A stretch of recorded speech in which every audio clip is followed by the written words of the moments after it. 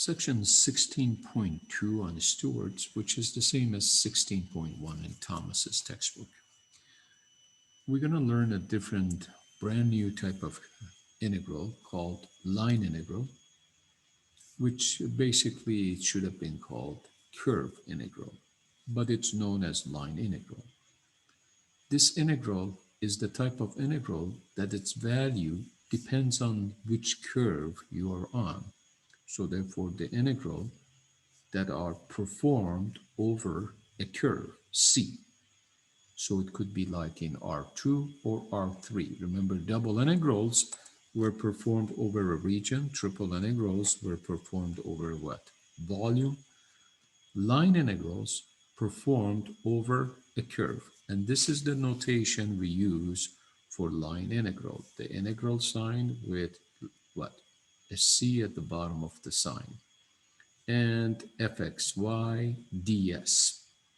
Now, what is line integral? So if you take a curve, whether it's in R2 or R3, and divide it into sub-arcs, so these are the arc, portion of the curves, so we don't call it line segment, we call it arcs. So these are sub-arcs, so you divide this into n many sub-arcs, and you select a what? A sample point in one of those sub-arcs, which is shown delta Si, and that's the sample point Pi. So what happens is, if you evaluate the function fxy at one of those points in any of those sub-arcs and multiply it by the arc length of the sub-arc, okay, from let's say pi minus 1 to 2pi, add all these what products, lo and behold, as the number of what sub-arcs approach to infinity, that would be the definition of a line integral. So the line integral is defined as integral with a what? C at the bottom to distinguish this from other type of integral, and this is ds, which is arc length. Okay, ds stands for arc length, the change in arc length. So what we do, we divide the parameter, let's say a to b. Okay, let's say t goes from a to b, so we divide it into n many sub-intervals, namely ti minus 1 ti of equal width. So the arc length is equal to what? Antiderivative of dx dt squared plus dy dt squared dt, which happens to be the special case of what? Of line integral when the integrand is equal to 1. Remember in double integral, when the integrand was 1, we found the area of the region. In line integral, when the integrand is 1, you're finding the arc length of the curve C. So this is a special case. It would be nice to make a note of it. And how did we find the arc length of any curve? This was the formula from way back before. And in 3 dimension, you just add what? dz dt squared dt. So the bottom line is in R2, like if the function is what? Function of 2 variables, this is how we do it. First, we express the x and y in terms of the parameter t. In other words, we have to parameterize the what? Curve C in order to perform the what? Line integral. So you would write the function in terms of the parameter t. So this would be x of t comma y of t, correct? Times arc length. Remember, ds stands for arc length. And what is arc length equal to? Remember from previous chapters, is the square root of dx dt squared, dy dt quantity squared, dt. And remember, if x is the position function, this square root of dx dt squared plus dy dt squared is the speed, is the what? Magnitude of the velocity, which is the speed.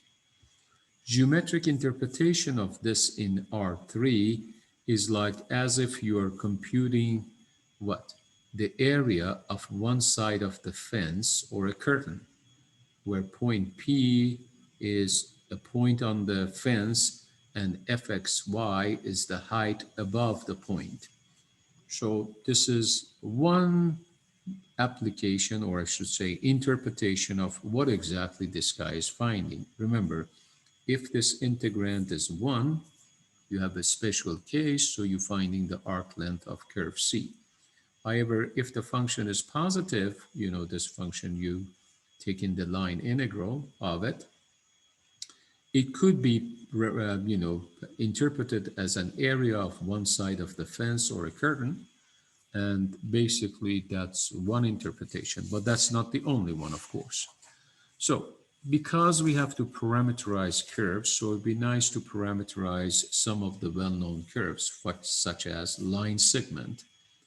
If you have a line segment, let's say between t is equal to a and t is equal to b, remember the equation of a line in 3 dimensions. So remember, we are in R3 here, was equal to x equals, x0 plus at, y0 plus pt, z0 plus ct. So that means the line would go through the point x0, y0, z0, and it will be parallel to the vector ABC, remember from chapter 12. So and then you would what? You would restrict the t between 0 and infinity. Ordinarily, t goes from negative infinity to infinity, but for line segment, so this is what it's called, line segment, all right, which starts at one point and stops at the other point, okay, t has to go from 0 to 1. How would you parameterize a circle with radius, let's say, a? Well, x is equal to a cosine theta, t, and let's say t is the angle, central angle right here, t, in radians, and y is equal to a sine t, but t goes from 0 to 2 pi, and the direction matters. Remember, these guys are directed pictures, so they're orientable. Okay, what about the parabola? Remember, the parabola was y is equal to x squared, whereas here the circle was x squared plus y squared equals a squared. So parameterizing a parabola, let x be t, so y squared is what? T squared, is that right? And t goes from negative infinity to infinity. Do I have to use t? No, you don't. You could also say let x be x, but y is x squared. As long as you express the x and y in terms of one variable, that variable is considered to be a parameter. So in this case, x goes from negative infinity to infinity as opposed to what? T. What about you got y is equal to x cubed? Well, the parametric equations of that, let x be t, so y is equal to t cubed, and t goes from negative infinity to infinity. Then again, you don't have to use the letter t. The reason we use t, because of physics classes, t represents the time, so these are the position of a moving object on a curve, so that's why we use t. You could also use any other letter as your heart desires. In this case, you can say let x be x and y be x cubed. Let x go from negative infinity to infinity. In R3, the line integral looks like this. Don't forget the C at the bottom to indicate you are doing a line integral. That means you are performing this integral over C stands for the curve C, correct? In other words, the value of this integral solely depends on which curve you're on. If you go from one curve to the next, the value of the integral will change. And the way you evaluate line integral in 3 dimension is you express the function in terms of the parameter t, okay, x of t, y of t, z of t. Then you multiply it by the arc length, which is dx dt squared, dy dt squared, dz dt squared, dt, and t goes from a to b. So let's do this problem. The idea is evaluate this line integral. How do I know it's a line integral? First of all, at the bottom of the integral, I have a c, and then this is not with respect to x or y or z, is respect to s.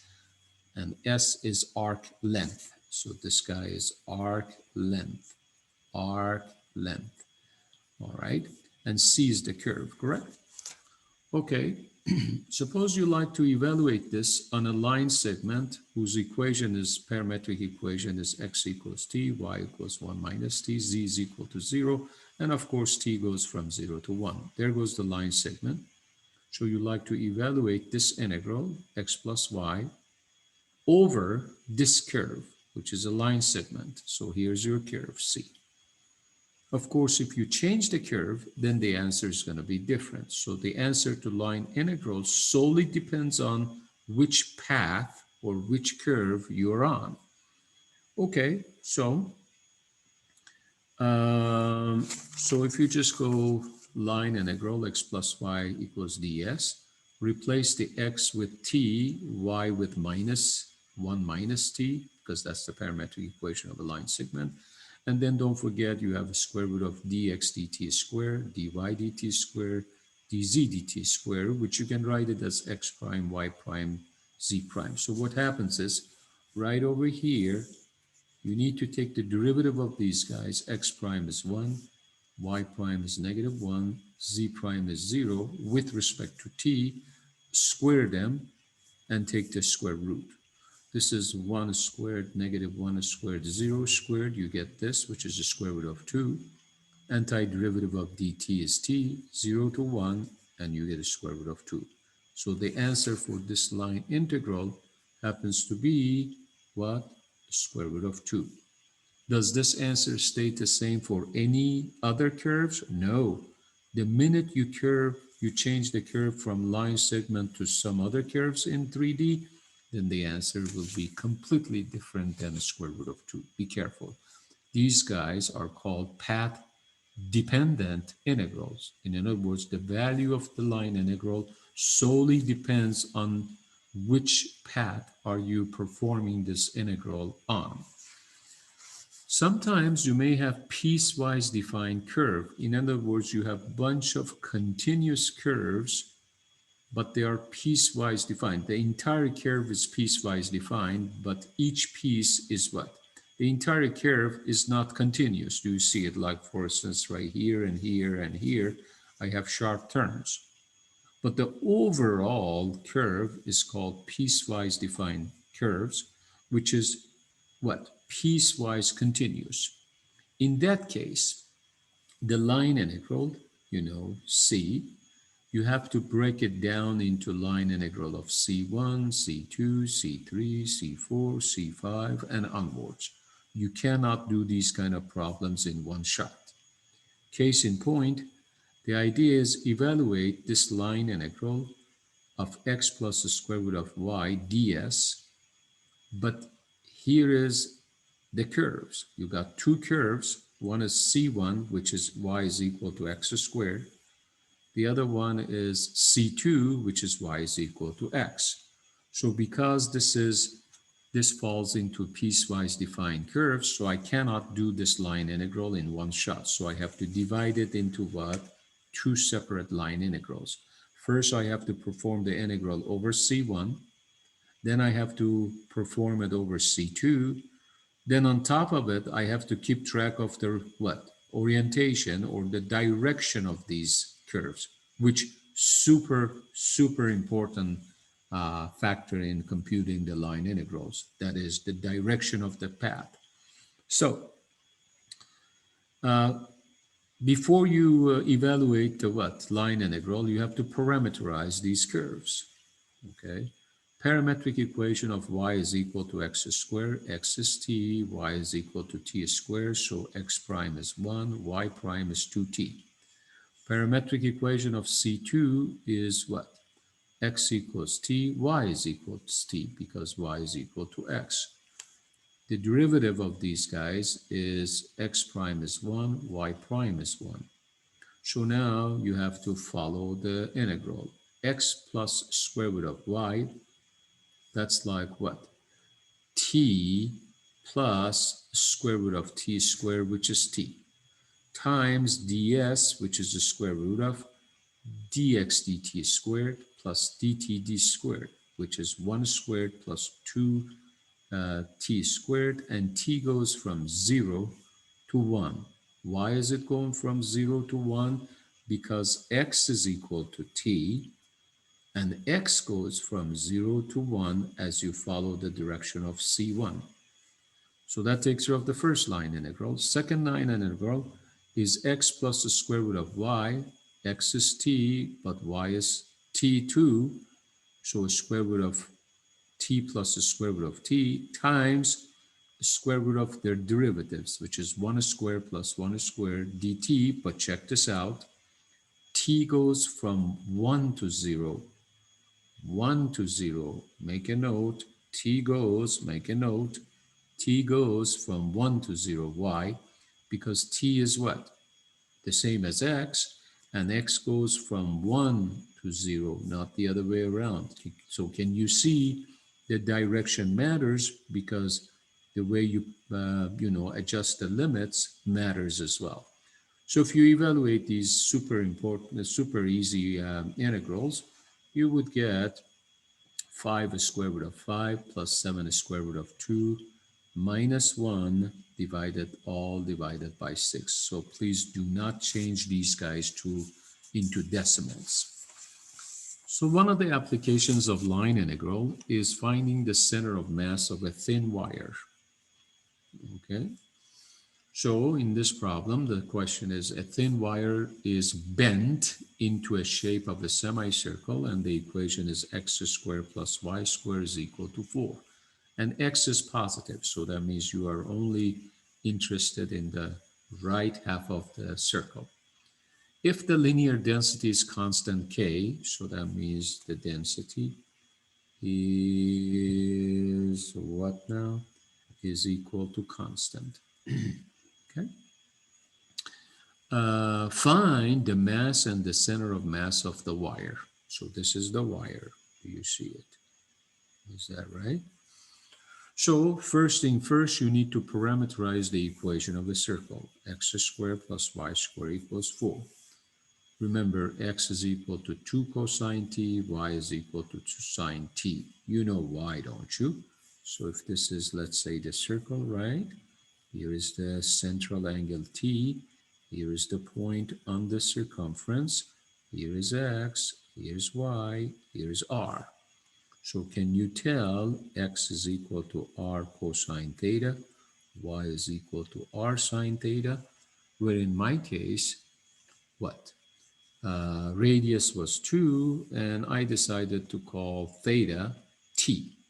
So in this case, I should have said r cosine t, what? R sine t for y. So there you have it. Don't forget to take the derivative of these guys for your arc length. So the derivative of 2 cosine t is minus 2 sine t. The derivative of 2 sine t is 2 cosine t. And now the what? The mass of what? Of the thin wire is defined as arc length times density. So let me write that down. The mass for a thin wire is defined as what? Density times length. In this case, we are talking about arc length. And moment, okay, about x-axis is mass times distance about the x-axis, which is y, okay, and moment about the y-axis is mass times distance, which in this case is x. So in order to find the center of mass, you remember we have done this before. X bar is equal to moment about the y-axis over mass. Y bar is equal to moment about the x-axis over mass. So guess what? X bar, there it is. Moment about the what? Y-axis, which is the same as what? Mass times the distance. Remember, the distance is what? X. There goes the distance. Okay. And moment about the what? X-axis, the distance here is y, divided by mass. Remember, I came up with mass is equal to 2 pi k. So I'm dividing the moments by the mass in both cases. Here I get 0. Here I get 4 over pi. So the center of the mass of that thin wire is at 4 over pi, comma, 0. It's very interesting to observe that the center of mass of a thin wire is not on the wire, it's outside of the wire, somewhere out here. That's really fascinating observation. The center of mass of a thin wire is not on it, it's right here somewhere outside of it. Very good. Thank you so much.